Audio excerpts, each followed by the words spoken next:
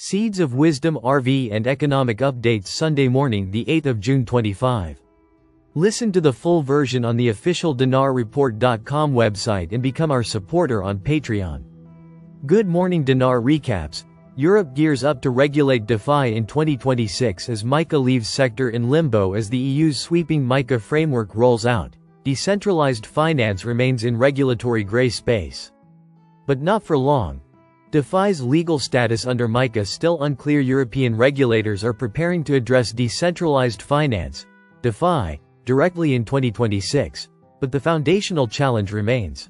What does decentralization actually mean? The Markets in Crypto Assets Regulation, MiCA, the world's first comprehensive crypto regulatory framework, came into force on December 30, 2024, aiming to protect investors, fight fraud, and strengthen stablecoin oversight.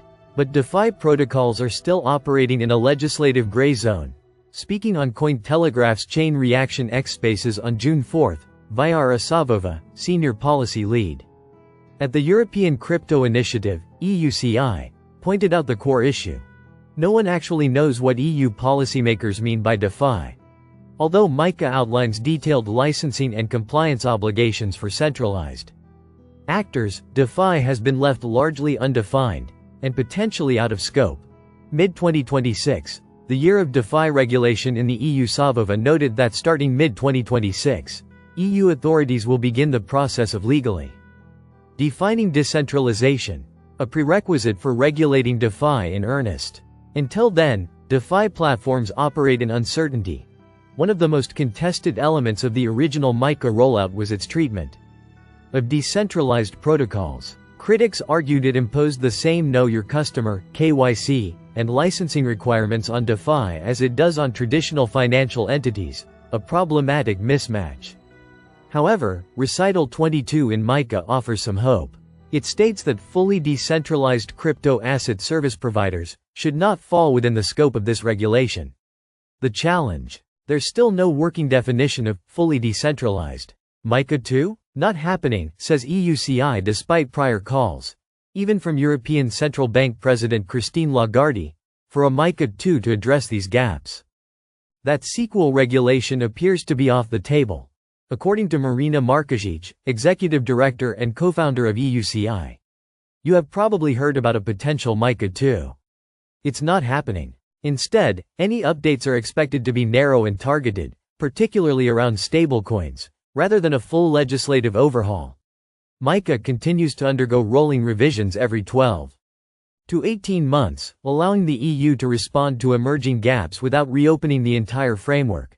The bottom line: Europe's crypto regime is evolving, and DeFi is finally in the spotlight. But until lawmakers can clearly define what counts as decentralized, protocols will remain caught between legal categories. With 2026 shaping up to be a turning point, the EU must now strike a balance between innovation, security, and clarity. XRP has privileged role on XRPL. Ripple CTO explains key advantages. Ripple's chief technologist underscores XRP's indispensable position in the XRPL ecosystem, affirming its critical role in liquidity, decentralization, and fee mechanisms. XRP's core role in the XRPL ecosystem reaffirmed by Ripple CTO. Ripple Chief Technology Officer David Schwartz took to X, formerly Twitter, on June 4 to clarify XRP's foundational place within the XRP ledger, XRPL. Responding to community debate about XRPL's evolving token ecosystem, Schwartz outlined why XRP remains uniquely essential despite the ledger's growing diversity. The XRPL is more than just XRP. There are stablecoins, there will be tokenized real-world assets, loans of all kinds of things. A DEX doesn't work with just one asset. That said, Schwartz emphasized that XRP maintains a privileged role in the protocol's architecture that no other token can replicate.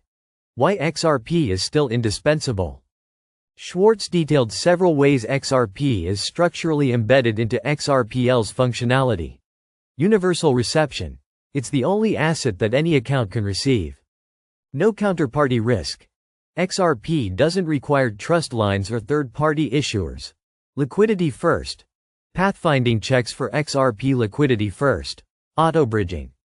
The system prioritizes XRP for bridging trades between other assets. Fee payments.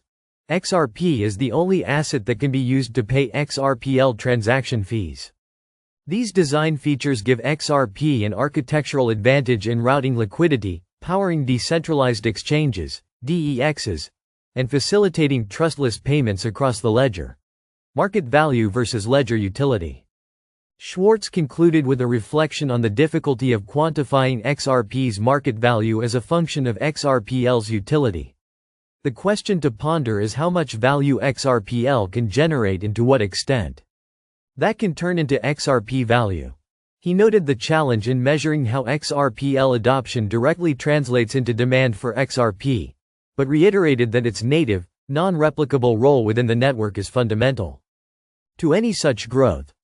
While critics have questioned XRP's dependency on Ripple or the need for a native token, the protocol's technical framework continually reinforces XRP's status as the central asset for liquidity, fees, and routing across a growing DeFi landscape.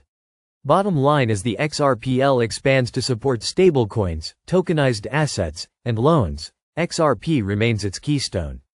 The core functions of the ledger, from payment settlements to DEX operations, are still fundamentally tied to XRP, reinforcing its long-term strategic relevance. Listen to the full version on the official dinarreport.com website and become our supporter on Patreon. Source: Dinar Recaps.